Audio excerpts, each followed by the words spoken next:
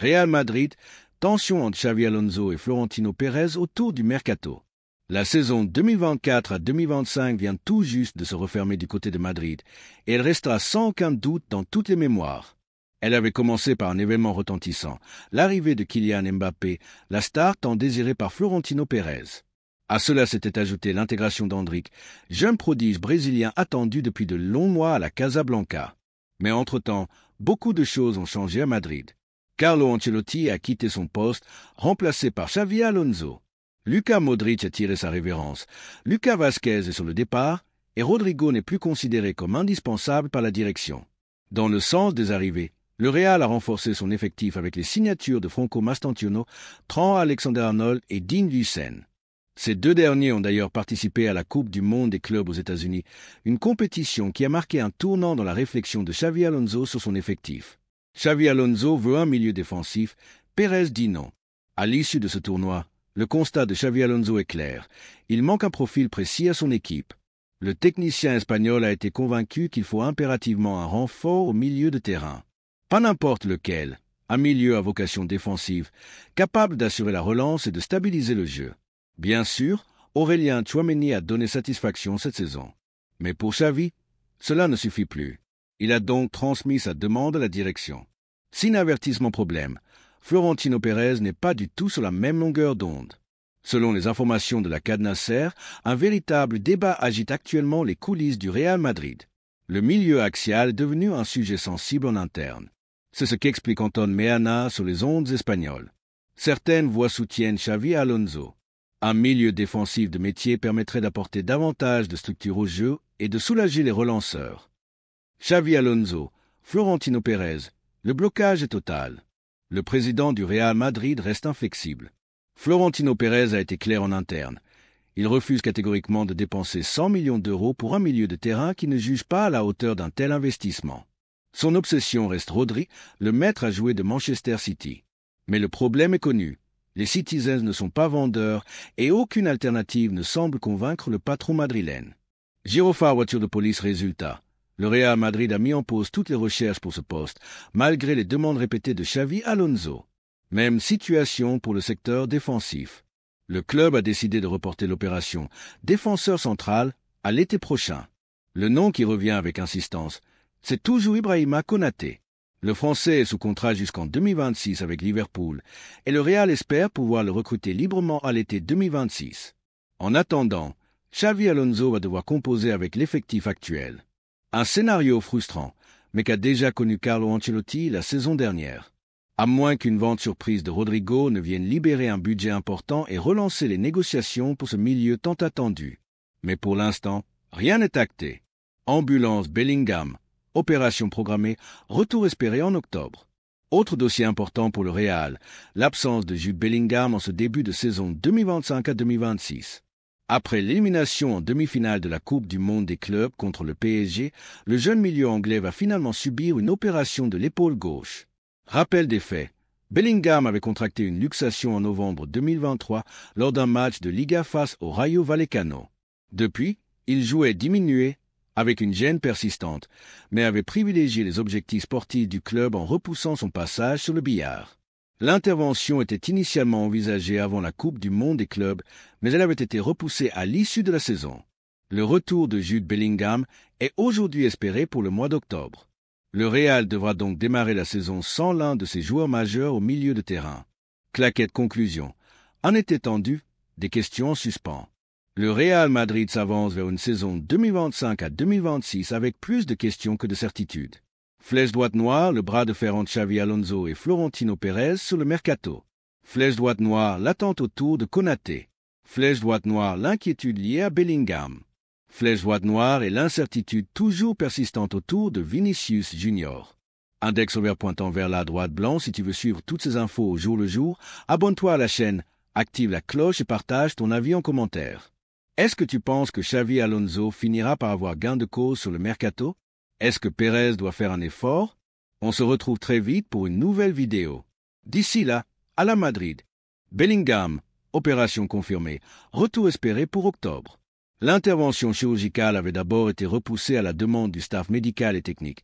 soucieux de conserver l'un de leurs meilleurs éléments disponibles pour la Coupe du Monde des clubs. Toujours aussi exemplaire par son mental et son engagement, Jude Bellingham avait accepté de continuer à jouer, malgré la douleur, pour aider le Real Madrid à aller le plus loin possible dans cette compétition, jusqu'à cette cruelle élimination en demi-finale face au PSG. Mais désormais, l'heure est venue de penser à lui et de prendre soin de son corps. Le milieu anglais de 22 ans va être opéré ce mercredi à Londres. L'intervention a pour objectif de stabiliser définitivement son articulation, d'éviter toute rechute et de garantir une récupération complète. Concernant sa durée d'indisponibilité, les premières estimations parlaient de 3 à 4 mois. Mais selon les dernières informations du média The Athletic, la période de récupération serait finalement comprise entre 10 et 12 semaines. Si tout se passe comme prévu, Bellingham pourrait faire son retour dès le mois d'octobre. Une bonne nouvelle relative pour le Real Madrid, qui devra malgré tout entamer la saison sans l'un de ses hommes les plus influents. Depuis son arrivée en provenance du Borussia Dortmund à l'été 2023, Jude Bellingham s'est imposé comme un pilier du système madrilène. Vision du jeu, impact physique, leadership précoce. Le jeune Anglais a très vite montré pourquoi il était comparé aux plus grandes légendes du club. Cette blessure traînée pendant des mois témoigne aussi de son abnégation, de sa volonté de repousser ses limites pour défendre les couleurs du Real. Mais désormais, place à la récupération. L'objectif est clair, revenir à 100% pour le cœur de la saison, et notamment la phase de groupe de la Ligue des Champions. Le staff médical madrilène restera en contact étroit avec l'équipe qui supervisera sa rééducation à Londres afin de coordonner au mieux son retour au plus haut niveau. Le club veut absolument éviter toute rechute, alors que le calendrier de la saison 2025 à 2026 s'annonce déjà extrêmement dense. Feu Franco Mastantuono, l'ambition d'un futur grand. À seulement 17 ans, Franco Mastantuono s'apprête à vivre le plus grand tournant de sa jeune carrière. Formé à River Plate, le jeune milieu offensif argentin rejoindra dans les prochains jours le Real Madrid. Avant son départ, il a accordé un entretien à TC Sport où il a livré ses premières confidences avec une grande maturité. Micro, je jouais dans le plus grand club d'Amérique. Maintenant, je pars pour le plus grand club du monde. C'est un rêve. Depuis ses tout premiers pas chez les professionnels, Mastantuono n'avait qu'une idée en tête, traverser l'Atlantique pour rejoindre l'élite européenne. Mais pas n'importe où. Mon rêve a toujours été de jouer en Europe, mais surtout au Real Madrid. Que cela se réalise aujourd'hui, c'est incroyable. Loin d'être intimidé, le jeune gaucher affiche déjà des ambitions élevées. Micro, je veux gagner beaucoup de choses avec le Real. Mon but, c'est de remporter la Liga, la Ligue des Champions. Je viens pour ça. Face aux stars du vestiaire madrilène comme Mbappé ou Vinicius, Mastantuono reste lucide, mais confiant. Micro, en Argentine, le Real paraît lointain, presque inaccessible. Aujourd'hui, savoir que je vais y être, c'est très fort. Mais je ne veux pas que cela me monte à la tête. Franco Mastantuono, pas de limite, pas de peur. L'émotion me freine, mais je suis là pour aider l'équipe. Malgré son jeune âge, Franco Mastantuono se dit prêt à relever le défi colossal qui l'attend. Micro, je n'ai pas peur. J'ai toujours rêvé de tout ça et je vais travailler dur pour réussir. Mon objectif, maintenant, c'est de m'adapter vite au club et à mes coéquipiers. Le jeune Argentin a déjà échangé avec certains d'entre eux, notamment Dean Huijsen. Micro, il m'a très bien accueilli. On a parlé pendant la Coupe du Monde des clubs. J'ai hâte d'être à ses côtés au quotidien. Concernant son transfert, il ne s'est pas décidé en un jour.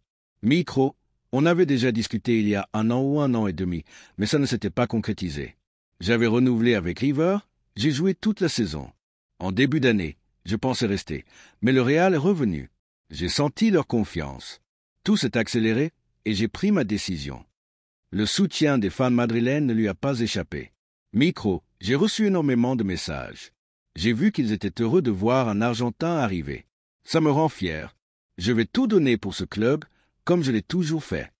Et pour ceux qui doutent de sa capacité à s'imposer à seulement 17 ans, Mastantuono a une réponse claire et ferme. Micro, j'ai quitté la maison très jeune. J'ai grandi seul en pension. Je ne me sens pas comme un jeune de 17 ans. Penser qu'il faut aller doucement à cause de mon âge serait une erreur. Je veux avancer. Je ne me mets aucune limite.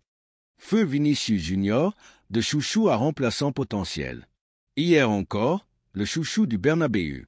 Aujourd'hui, Vinicius Junior traverse une période de turbulence, à la fois sur le terrain et en coulisses. Le cas Vinicius fait couler beaucoup d'encre à Madrid. Sous contrat jusqu'en juin 2027, l'ailier brésilien est désormais au cœur de multiples spéculations. Sa prolongation tarde à être officialisée, son rendement est en baisse et l'intérêt des clubs saoudiens ne fait qu'accentuer la pression. Mais selon plusieurs sources en Espagne, la situation aurait récemment pris un tournant inattendu. À en croire Alberto Pereiro de Radio Estadio, Vinicius aurait dû débuter sur le banc lors de la demi-finale de la Coupe du Monde des clubs face au PSG. Si Trent Alexander-Arnold ne s'était pas blessé à l'entraînement juste avant le match, Vinicius aurait été remplaçant. Micro, Gonzalo et Mbappé étaient prévus titulaires, a-t-il affirmé. Cette information a d'ailleurs été confirmée par Ruben Martin du journal AS. Sin avertissement, ce choix technique, avorté à la dernière minute, n'est pas anodin. Certains observateurs y voient un message fort envoyé aux joueurs, soit pour faire pression afin qu'il signe enfin sa prolongation, soit pour lui rappeler qu'il n'est plus intouchable. Micro, peut-être qu'on cherche à lui faire comprendre qu'il n'est plus le numéro 1, qu'il est désormais derrière Mbappé et derrière les choix du coach, avance un journaliste proche du club. Malgré tout, du côté du Real Madrid, on continue d'affirmer qu'un accord a déjà été trouvé avec Vinicius pour prolonger. Mais l'entourage du Brésilien dément fermement, et ce depuis plusieurs mois. Vinicius Junior a un avenir plus flou que jamais. Officiellement, rien n'a encore été signé. Et tant qu'il n'y a pas de signature, le doute subsiste. Sur le terrain, Vinicius n'est plus aussi décisif. Moins tranchant, moins explosif, il semble mentalement affecté. Depuis qu'il a vu le ballon d'or lui échapper, de nombreux suiveurs du club notent que ce n'est plus le même Vini. Un constat inquiétant, surtout dans un contexte où la concurrence devient de plus en plus féroce. Du côté du Real Madrid, on souhaite éviter à tout prix un scénario catastrophe, voir Vinicius partir libre en 2027. Sa clause libératoire reste fixée à 1 milliard d'euros, mais sans prolongation. Cette somme pourrait bien devenir purement symbolique. Florentino Pérez et ses équipes espèrent entamer des discussions concrètes dès cet été pour sécuriser l'avenir du joueur. Mais Vinicius garde son calme en apparence. Il rappelle qu'il lui reste encore 2 ans de contrat et ne semble pas pressé de se positionner. En coulisses pourtant, la tension monte. Et si aucun accord n'est trouvé rapidement, un départ inattendu pourrait bien devenir une réalité. Villarreal cherche son gardien, Luna dans le viseur. Le marché des transferts bat son plein et du côté de Villarreal, on s'active. Le club espagnol souhaite renforcer un poste clé, celui de gardien de but. L'objectif est clair, sécuriser sa cage pour la saison à venir avec un profil expérimenté capable d'apporter sérénité et régularité. Selon les informations du journaliste Matteo Moretto, Villarreal a récemment approché le Real Madrid pour se renseigner sur une éventuelle arrivée en prêt d'Andriy Lunin. Le gardien international ukrainien, auteur d'une saison très solide en tant que numéro 2 derrière Thibaut Courtois, suscite l'intérêt de plusieurs clubs européens. Sa capacité à répondre présent dans les moments importants et sa progression constante en font aujourd'hui un gardien convoité. Cependant, le Real Madrid n'a pas encore tranché sur son avenir. La situation reste complexe, notamment en raison des incertitudes qui entourent le niveau de forme de Courtois, récemment revenu de blessure. Le club madrilène souhaite conserver une doublure fiable en interne. Mais Villarreal n'a pas misé toutes ses cartes sur Lunin. Le club explore aussi la piste d'un retour de Paul Lopez en Liga. L'ancien gardien de l'OM, âgé de 30 ans, vient tout juste de s'engager définitivement avec le club mexicain de Toluca après un prêt concluant. Pourtant, une rupture anticipée de son contrat est déjà évoquée, ce qui pourrait ouvrir la porte à un retour en Espagne. Mais Villarreal n'est pas seul sur le dossier. Le Betis Séville, ancien club de Paul Lopez, serait également intéressé par un retour du portier andalou. Le club cherche activement un nouveau gardien et suit de près l'évolution de la situation au Mexique. Cette concurrence pourrait bien compliquer la tâche de Villarreal, qui ne dispose d'aucun avantage particulier dans ce dossier. Le recrutement d'un nouveau gardien reste une priorité stratégique pour le club qui souhaite retrouver de la stabilité à ce poste. Après une saison en demi-teinte, Villarreal veut un profil capable de s'imposer rapidement. Dans le cas contraire, le Real Madrid patientera. Comme ils l'ont fait pour Mbappé, comme ils l'ont fait pour d'autres avant lui, le club est prêt à attendre patiemment l'échéance de 2026 pour accueillir Konaté librement. Une situation qui irrite Liverpool, mais qui, en l'état, profite pleinement à Florentino Pérez et à sa stratégie de long terme. Le Real n'a aucune urgence et Xavi Alonso sait déjà qu'il pourra compter sur le trio Militao, Hussein Alaba pour gérer la saison à venir. Konaté, lui, reste en stand-by. Lui et son entourage savent que la porte de Madrid est grande ouverte. Il ne reste plus qu'à voir si Liverpool cédera d'ici la fin du mercato ou s'ils choisiront d'assumer le risque d'un départ libre l'été prochain. Voilà pour ce dernier bloc sur Konaté, prêt à être enchaîné avec le reste de ton texte. Si tu veux, je. Le Real Madrid pourrait donc patienter et miser sur un recrutement de prestige sans dépenser le moindre centime pour un défenseur central. Si tu souhaites, je peux intégrer cette phrase à l'ensemble du texte ou te préparer tout le contenu en un seul bloc prêt à l'usage. N'hésite pas à me dire.